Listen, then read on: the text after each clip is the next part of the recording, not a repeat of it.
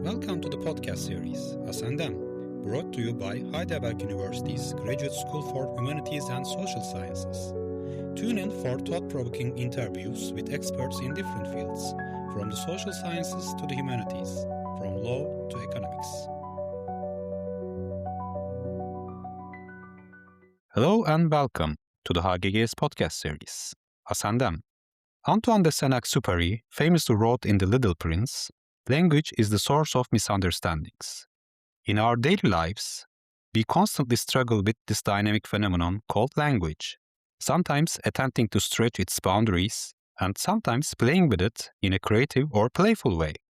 However, when it comes to its decisive role in political contexts, perhaps we need to adopt a more careful approach in order to avoid unintended consequences in policymaking. But what are the limits of understanding within the framework of language in the political context?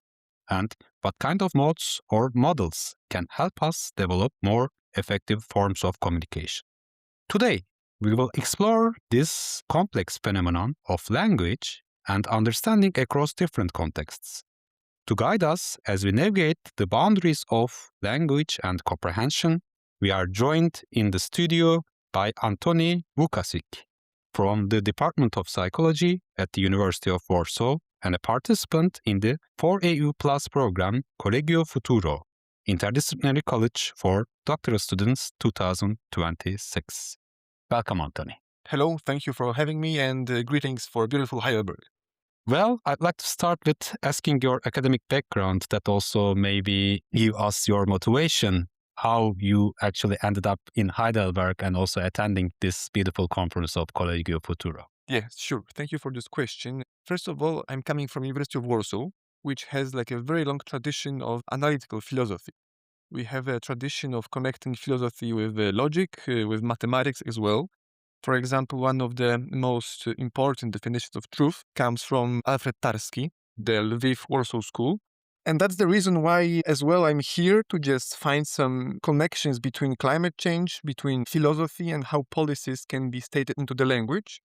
So, to just give you some examples, like I did my bachelor thesis about scientific theories, and that was like interesting topic to me, how we can compare different theories like Newton physics, quantum physics, how they have like some lack of common understandings, and political thing came here as like some kind of consequence, like brought me to political dimensions in terms of if we are unable to even agree in the science, what is object, what is time, what is language, how we can be able to connect it as well for like political things, how we should choose our politicians, how we should conduct our daily lives.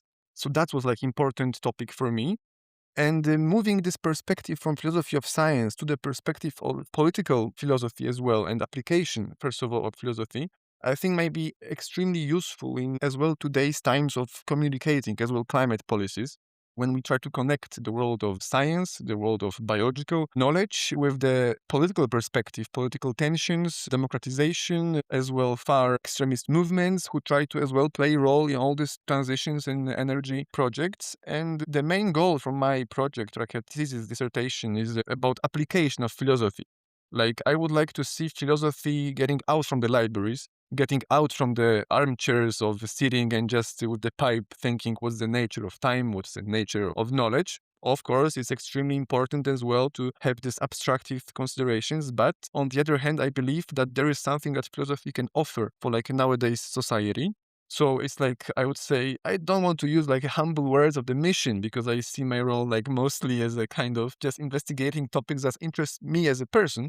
But I would say philosophy in general, it has some role to play in the nowadays problems. And I think this tradition I'm bringing here, especially from University of Warsaw, this analytical approach to approaching problems by the way of sometimes logical reconstruction, might be as well useful, especially today's times when a lot of informations are buzzing around our heads and we might get sometimes lost in all of those aspects. And I think it's as well like my main motivation to just seek for like clarification in all the topics and the articles I'm trying to investigate on. I can just make some little promotion of my own home department, Department of Philosophy at the University of Warsaw. The main promotional sentence that we receive as a graduates is like, your main mission is to increase precision of thinking. And that's like as well something that we should I think, look for. And yes, I think that would be all about my background. Maybe as well, relevant information that I try to impose on my research is the fact that I graduated as well from Warsaw School of Economics. I have some, I would say, tangible, practical, qualitative, not only quantitative research here on this field. So I try to implement this not only in the spoken philosophy of politics, but as well how to measure like a very tangible consequences of some choices.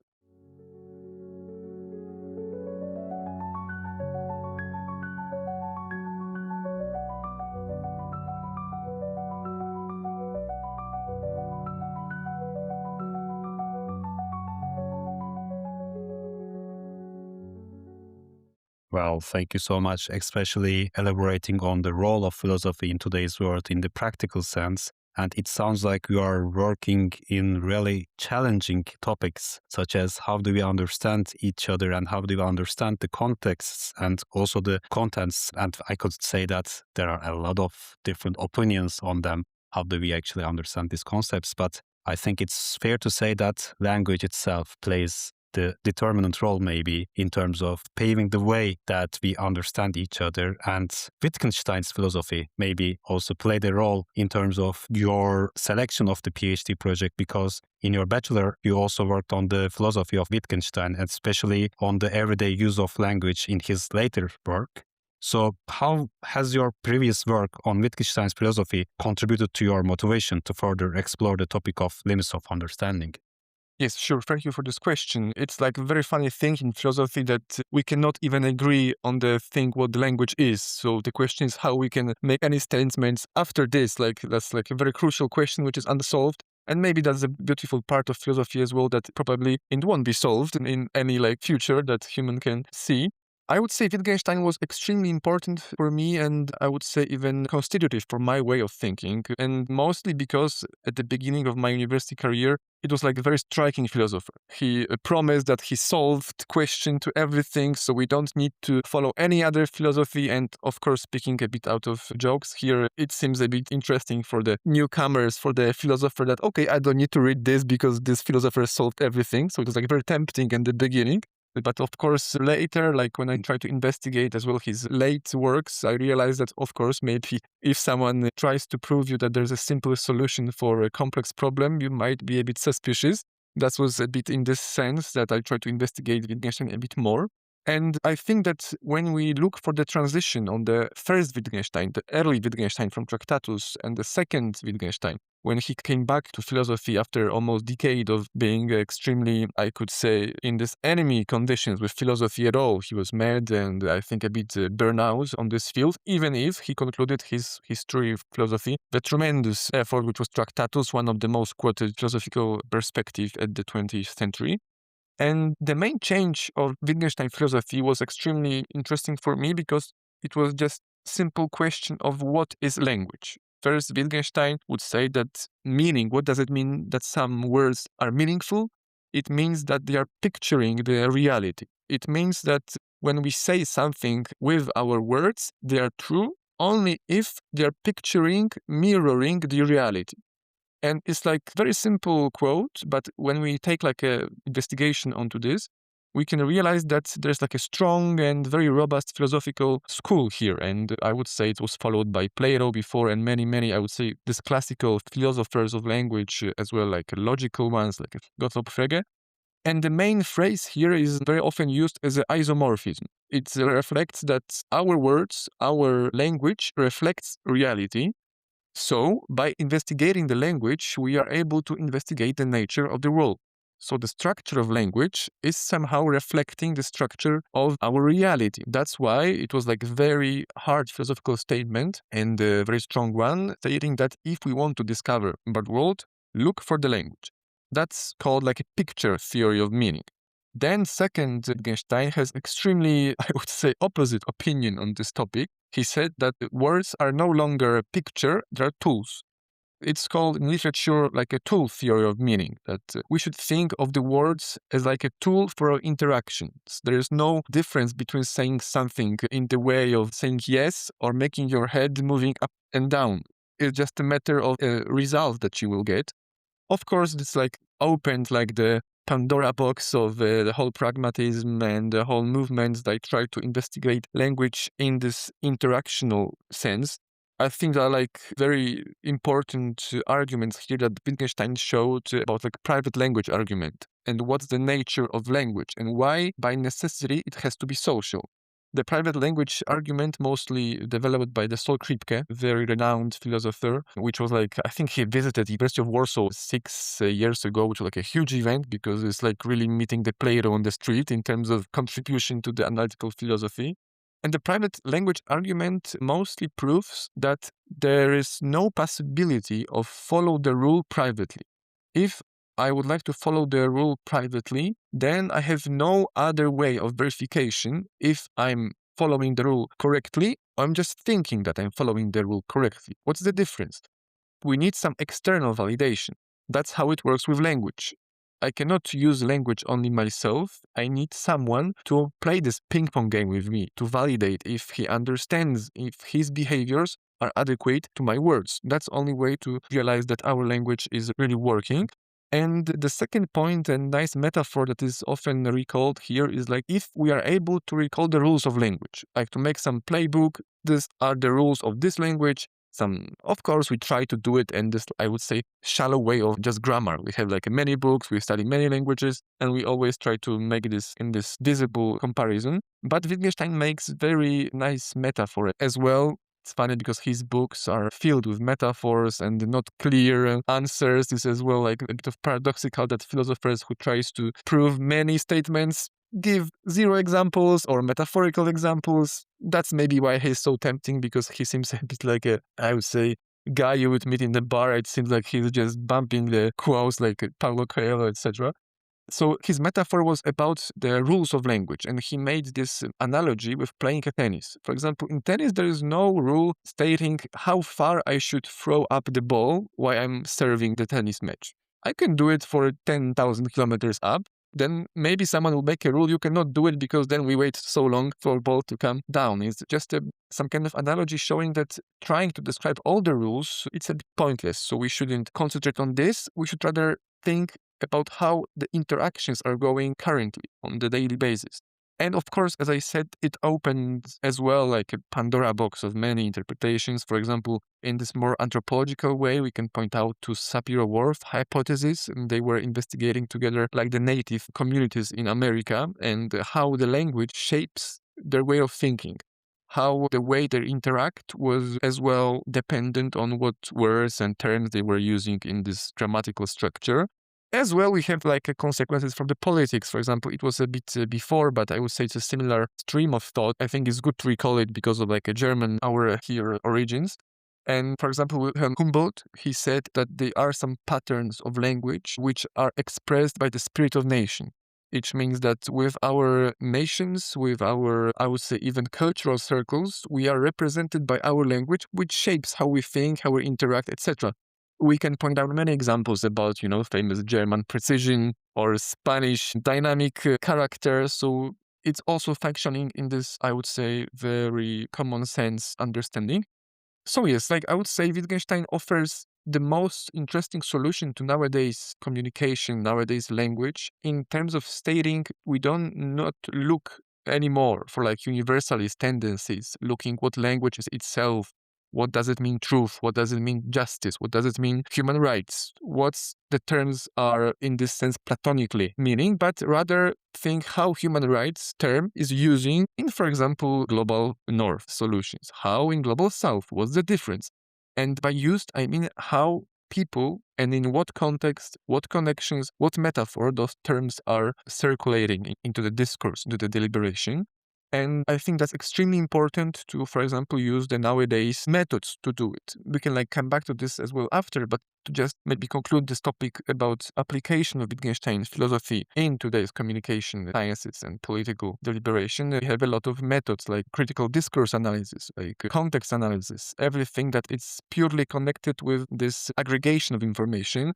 I don't have to state how important it is nowadays with, for example, artificial intelligence capacities that gives us opportunity to investigate enormous kind of texts, how it functions, the whole discourse, how we trace the phrases in the Twitter, like X and deliberation as well. So that's a very interesting and important thing. And the most original thought, I would say, that I try to apply in my research regarding Wittgenstein is the term that he mostly stated on his book, Uncertainty and the Weight of Silent Knowledge. It's also like a term which is repeating as well with Thomas Kuhn's philosophy about that they are in our understanding of language some informations, assumptions that we are not aware of. It means that when we are circulating, for example, in a far-right deliberative discourse, it means that as a representative of this discourse, we often have even some assumptions, beliefs that we filter reality, but we are not aware of. So that's the question, that we are not even sure what we believe. We cannot sit with the carte blanche white paper and just write everything you think about this topic because we even don't know it. So the question is, if I don't know it, how someone can convince me to anything if there is some, let's say, whole package of informations which are not clear? So Wittgenstein will say that at some point there is no way of presenting all sentences that I purely believe because some of them are just hidden as well for me. So I would say these tools I want to apply in my research and I'm trying to apply are mostly based of revealing those kind of hidden silent knowledge by, for example, using this method like critical discourse analysis, how to reveal some informations, because as far as we know from critical discourse analysis was invented to discover these asymmetries of power, like what's the hidden power, what's the imbalances of influence. And it worked pretty well in the mostly sociology area. But the question is if we can, by using of these methods, tracing Wittgenstein's method and just investigating how the world works, use it exactly to discover those assumptions which we are not aware. And to just conclude maybe this part, we can say that this nice quote that people, sometimes they don't disagree, they just don't understand each other. And sometimes they don't even understand themselves. They don't understand what factors are creating their own perception.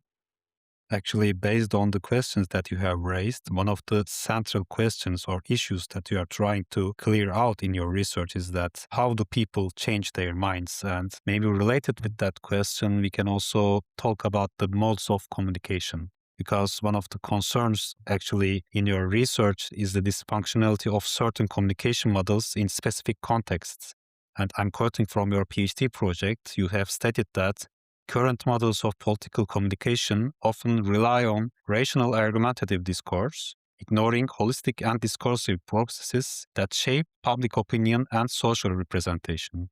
So based on the information that you have given us and taking it maybe as a background, so could you elaborate on the holistic and discursive processes that play an integral role in shaping public opinion and social representation? Sure, I try to stick my research purely to empirical findings. And nowadays, in the recent political communication, deliberation, we can find few extremely disrupting for our thinking of what deliberation is findings. For example, deliberation is often causing polarization. If we try to deliberate, try to bring arguments, the most often met reaction was antagonization. So this phenomenon that comes from Plato and ancient times, that we can solve problems by a logical discussion, by trying to achieve consensus and just purely exchange. It also had consequences with the Habermas, Rawls theories of classical deliberation.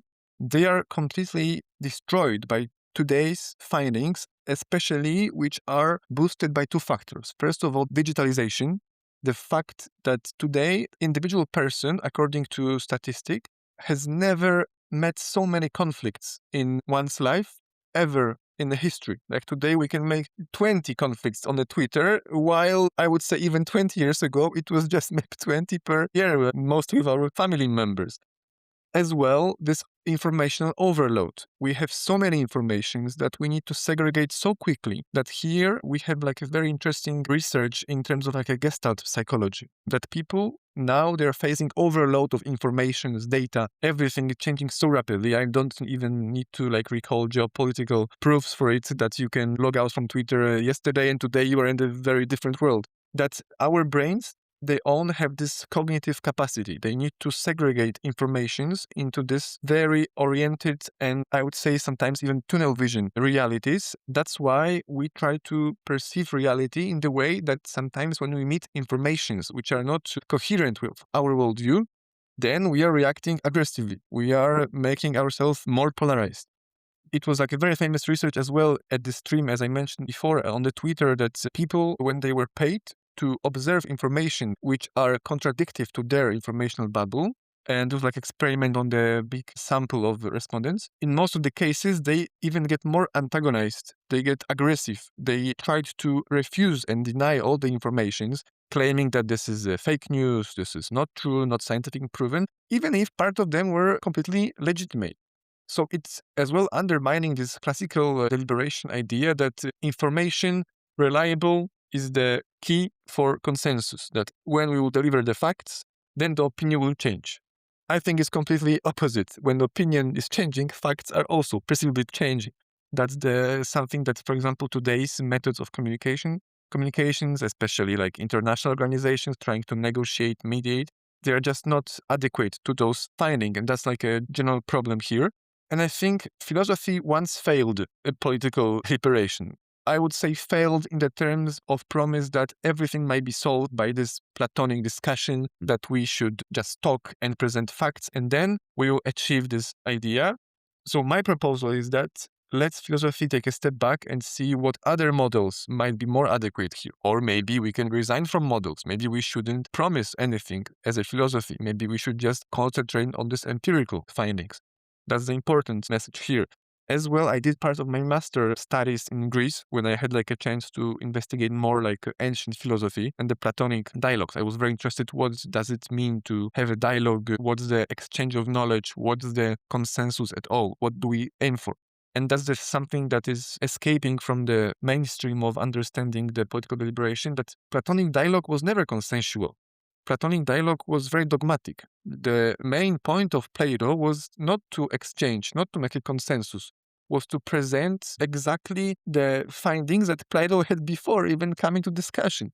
And then we, for some reason, thought that, okay, maybe it's like a social mistake that we thought, okay, Plato, ancient Greece, then Pericles times, so ancient democracy, let's make it combine. Then Rawls and Habermas tried to say, okay, that's ancient philosophy, ideal, a perspective, let's make a deliberation. Then we took this approach to international organizations, like for example, United Nations. We tried this fact-based communication. Someone here made like a huge mistake in this chain of conclusions. And my work, first of all, that I try to prove in my dissertation is that there is no causation here. Someone made a mistake. And the question is, if we as a philosophy, if we really want to aim to find some universal answers for a language philosophy, or maybe we should change perspective to more Wittgenstein one. Don't use language as a source of truth. Use language as a tool to interact. Well, I would like to ask at that point, because you have mentioned that your research has also an empirical part, which is not a actually common thing when we are talking about the philosophical research. And you have conducted interviews in Ecuador to examine structural tensions between global and local approaches to strategically communicating climate policies.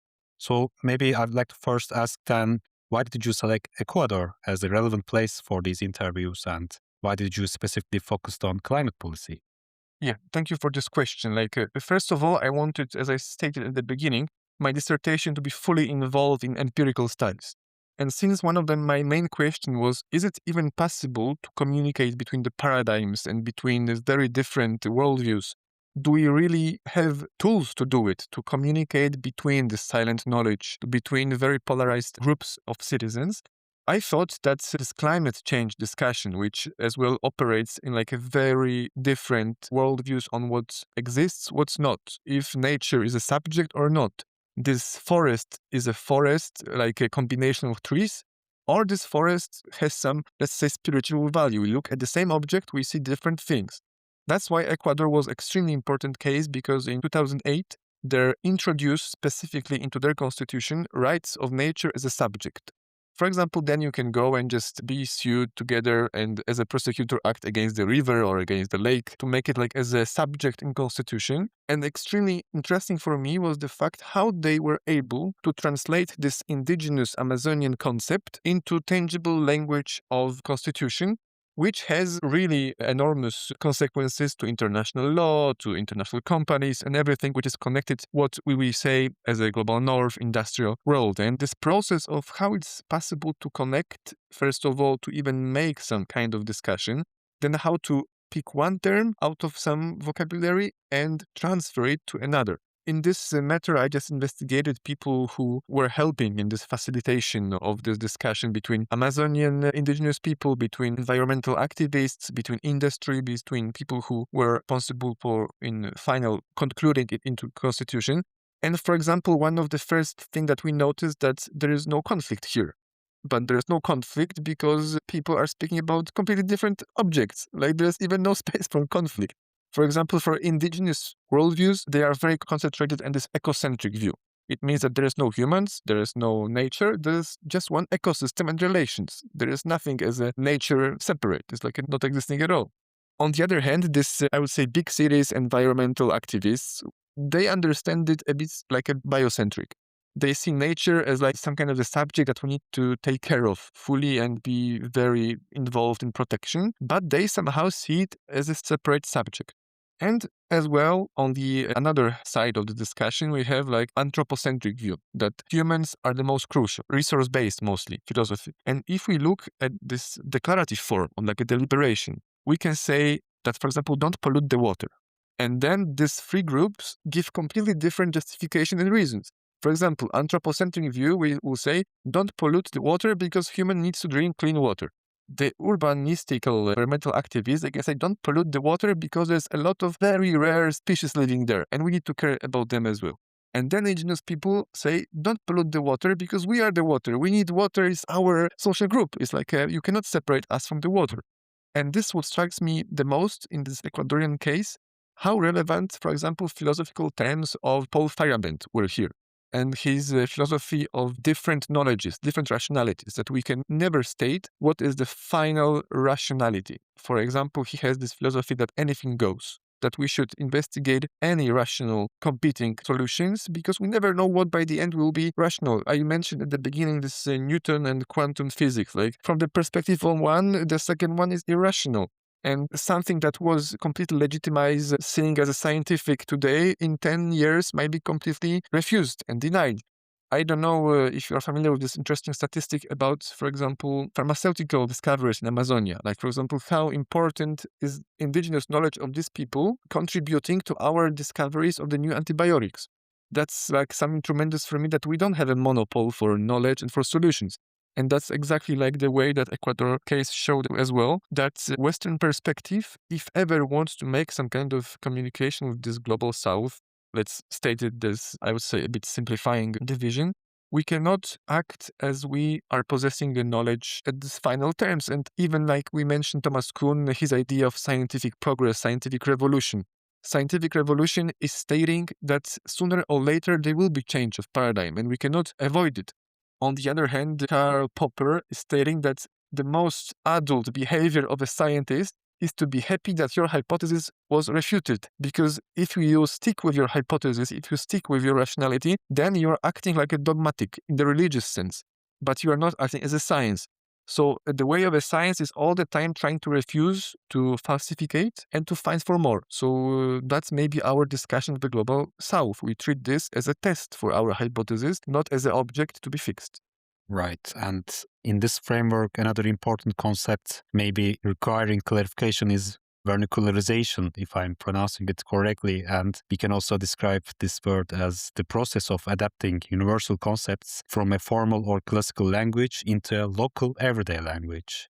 However, you have identified a reverse dynamic actually in Ecuador in the framework of your interviews with the locals. So could you share your findings regarding this process of vernacularization in this context? Yes, this process is like well known in the legal studies as like idea that from the higher hierarchy of the language, we try to transmit something to the lower levels of some dictionary. For example, it was even present in the medieval times when from the Bible, the priests, the church, they try to transfer something for the peasant understanding. The people in the villages trying to transmit some in their understanding more noble values into their understandable language. I gave this example about the human rights. Here, like we can as well point out that this process happened in terms of trying to formulate, first of all, at this high level of international entities, what human rights are, how we should protect them, why we should protect them, and then we should enforce to the countries, the local communities, enforcing those rights and making them vital in their constitutional system. But Ecuador made it exactly opposite, reverse.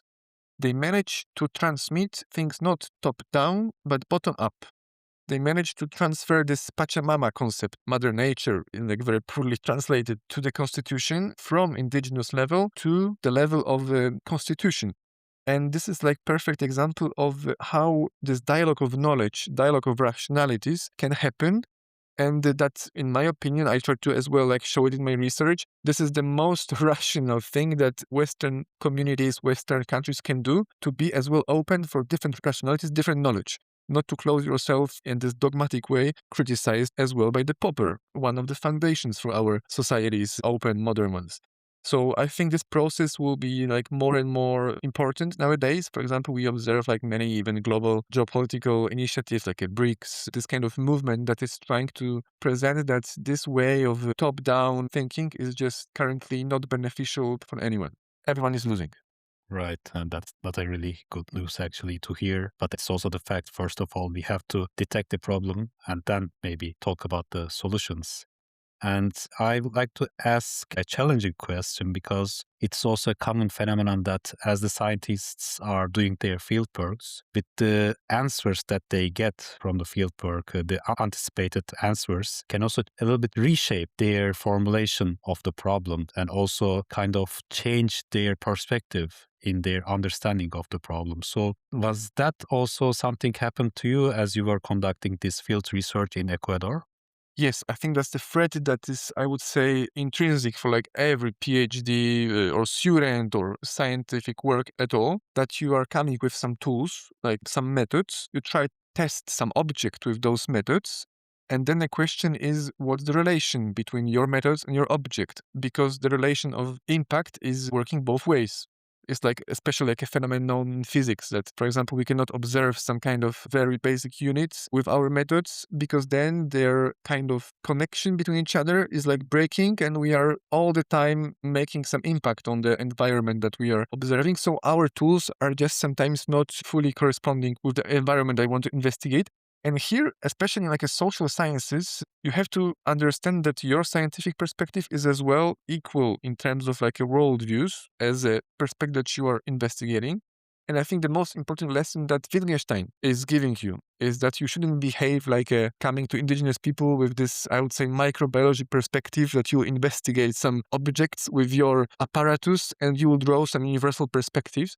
Actually, Wittgenstein was pretty much elaborating about anthropocentrical views and anthropology at all. He was criticizing a lot this British kind of colonial way of conducting this very early stage of anthropology when the Fraser, the book he also tried to criticize. For example, he tried to investigate some rituals which are connected to magic, trying to find like a causality between behaviors of those people. For example, why they're touching this fire with this stick and then this stick is like touching some other dust a few minutes later. And Wittgenstein said that if you are trying to impose your dictionary on other behaviors, you will make a nonsense. You will make it completely garbage. And his method was to interact. That's like, I would say, again, this repetitional circle of understanding language as interaction as like a source of every other human activity, which is like crucial for our social life. So the way of Wittgenstein would be come to the interview with your question, have it on your laptop, but then just let it follow the interaction between you and your participant of this interview and always prioritize the thing that is happening between you that you try to, sometimes I think you, of course, as like a being host here, you know this experience that your interview is maybe going to the direction that you never expected before. And that for Wittgenstein would be something the most crucial, the most valuable, that it was something that you didn't predict. Why? Because your models were too narrow for this side quest. And that's the value that is coming here, the side quest that was not possible before.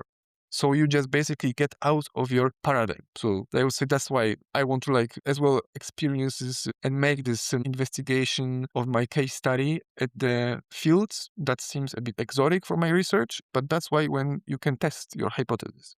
But you are using methods like the hosts are normally not using actually while they are conducting their interviews, such as we are doing right now. you employ critical discourse analysis, narrative interview methods, and corpus-based analysis as methodological tools. Maybe that separates our conversation from your PhD project. Of course, the professional approach that you are using as methodological tools in your research. So I'd like to ask then at this point, how do these methods help you examine your core research focus, namely the limits of understanding in political contexts?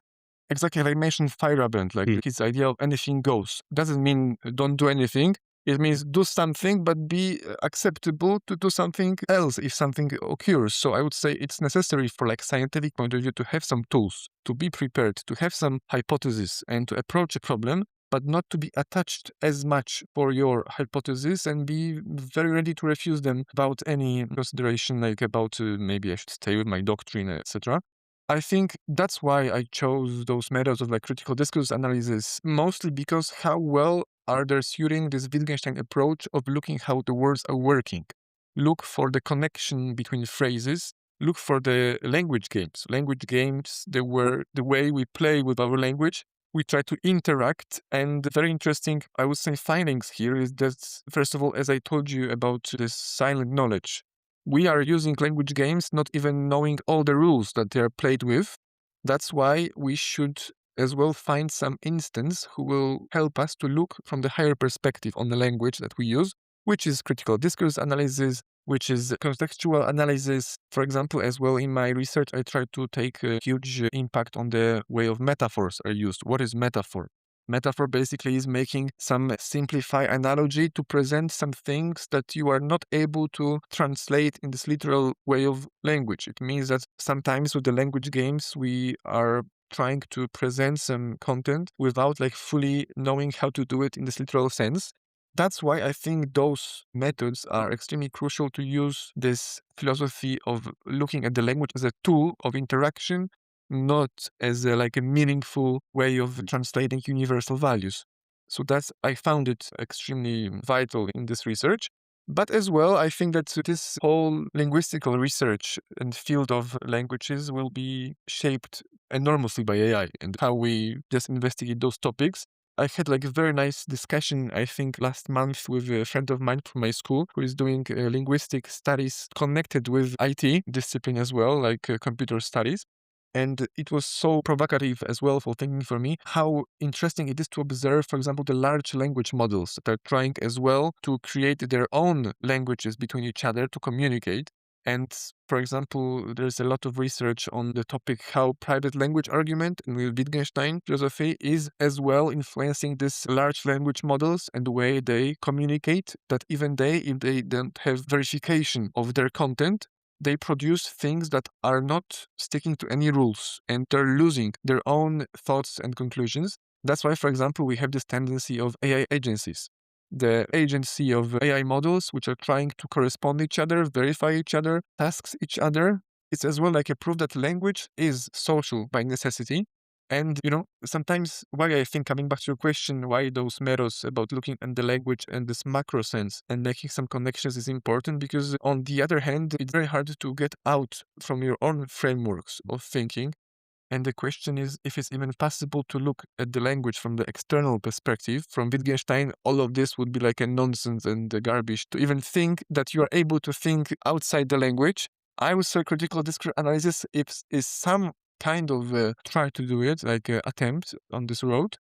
And of course, maybe like some of application of those methods would be extremely provocative and Wittgenstein would be like very mad that we are trying to use them. But on the other hand, I would say we shouldn't treat him as a dogmatic priest of the philosophy of language and sometimes act against his will, and to just treat him as like an inspiration, not like a guide to follow every step necessary.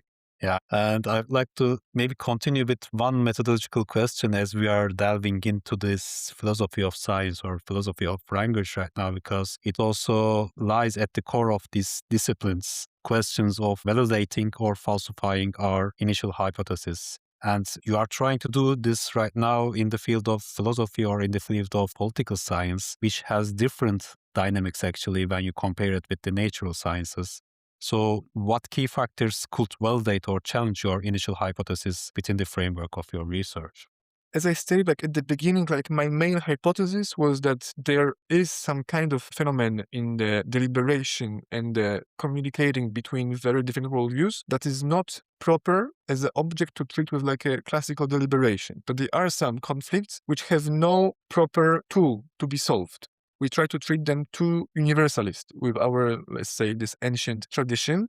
I'm trying to prove that there is some phenomenon that we need to be described. We need to have its own description of functioning, and maybe just saying that in this particular area of like a political deliberation, we don't have a tool at all. That's also like a good solution. Like I would say the biggest threat that always scientific, I would say, person in this area has is to replace one method with another method, just changing the terms and saying that's my own theory. Okay, probably PhD would be defended. It's okay, but question is what's the like effort and what's the goal for everyone here? Is just, I would say, maybe the most mature thing in my research, if, for example, we will prove that there's no other method, basically, that we can try to do this scientific-based, facts-based, and deliberation-based approach, because it's like the least harmful, like we say about democracy. It's a very bad system, but no one invented something better. Maybe the conclusion here would be the same. I would say the most dangerous would be, as I told you, trying to just change the terms and describe it with some conceptual Frankenstein for many different disciplines. I would say I'm not scared to say at some stage of my research that, okay, this phenomenon cannot be described by any other meanings. That would be completely okay.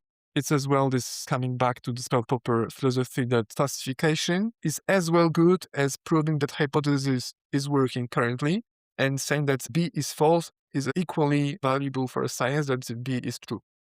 Actually, what you have emphasized is really important, because sometimes it's also a really good thing that your hypothesis fails.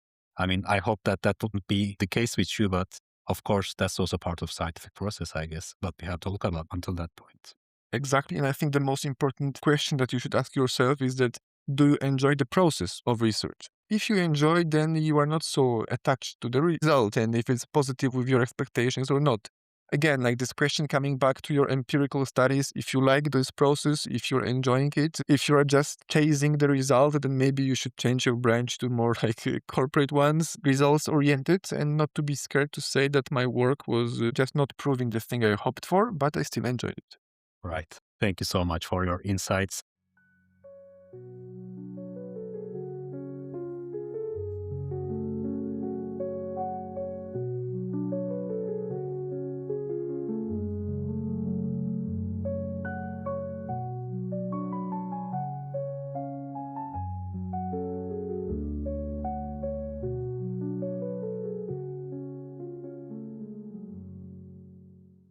And traditionally, we ask personal questions in order to also learn more about your personal reflections in the last part of our podcast. So I'd like to ask first, you are also participant in the Collegio Futuro 2026, which aims to foster interdisciplinary engagement with environmental issues.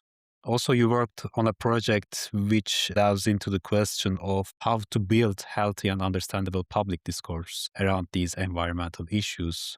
Would you say that participating in Collegio Futuro and also gaining more interdisciplinary approach in the field of environmental issues, environmental concerns, enhanced your understanding of these issues that you are currently working on in your PhD project? Yeah, I think this current visit now at Collegio Futuro is like extremely important for me, mostly in terms of like understanding how different fields of disciplines of studies are approaching this climate change, the climate communication, how to communicate not only as a political scientist communicator, but as well like a biology representative or physics or chemistry. They have like a huge job to do here, as well to present their findings, to try to convince, for example, indigenous people that building something somewhere might be profitable as well for climate, as well for them as a community, how to accept their refusal, how to be open to other rationalities. I think this visit here is like extremely fruitful for me for understanding that this problem of communicating different perceptual frameworks,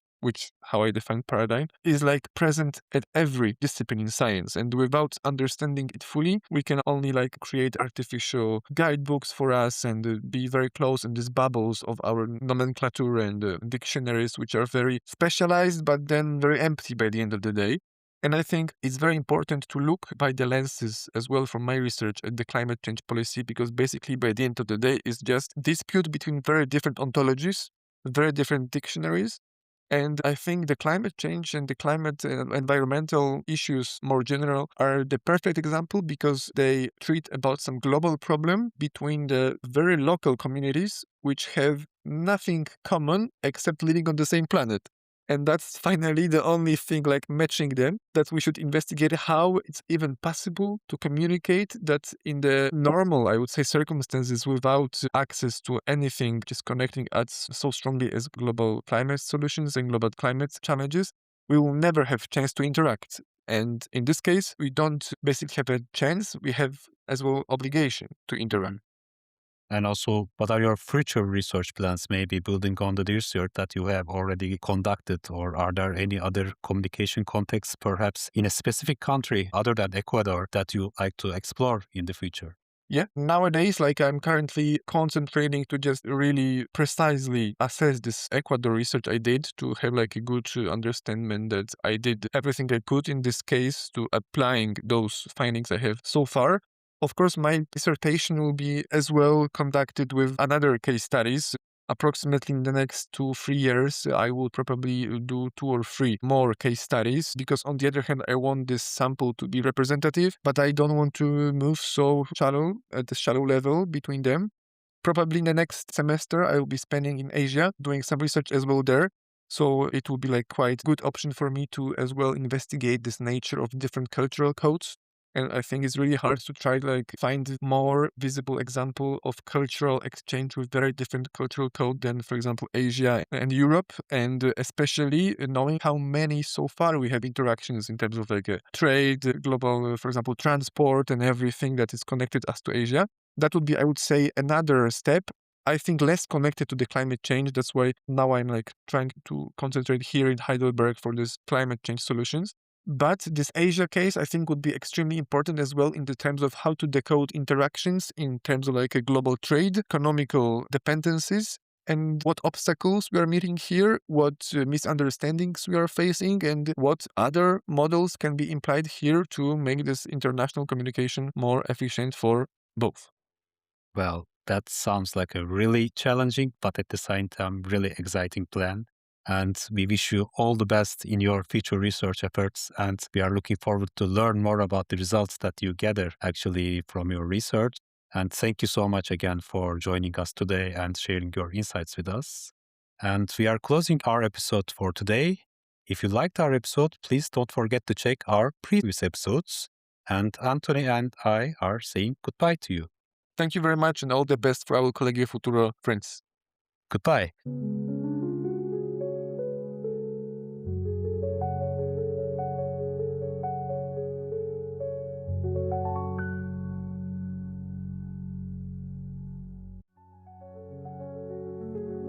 Thank you for listening to the HGGS podcast series, Ascendem. In this series, we bring you conversations with experts from a wide range of disciplines, from the social sciences to the humanities, from law to economics. If you enjoyed our podcast, we invite you to explore our previous episodes and subscribe to our channel so you never miss a new episode. Stay tuned for more insightful interviews coming soon.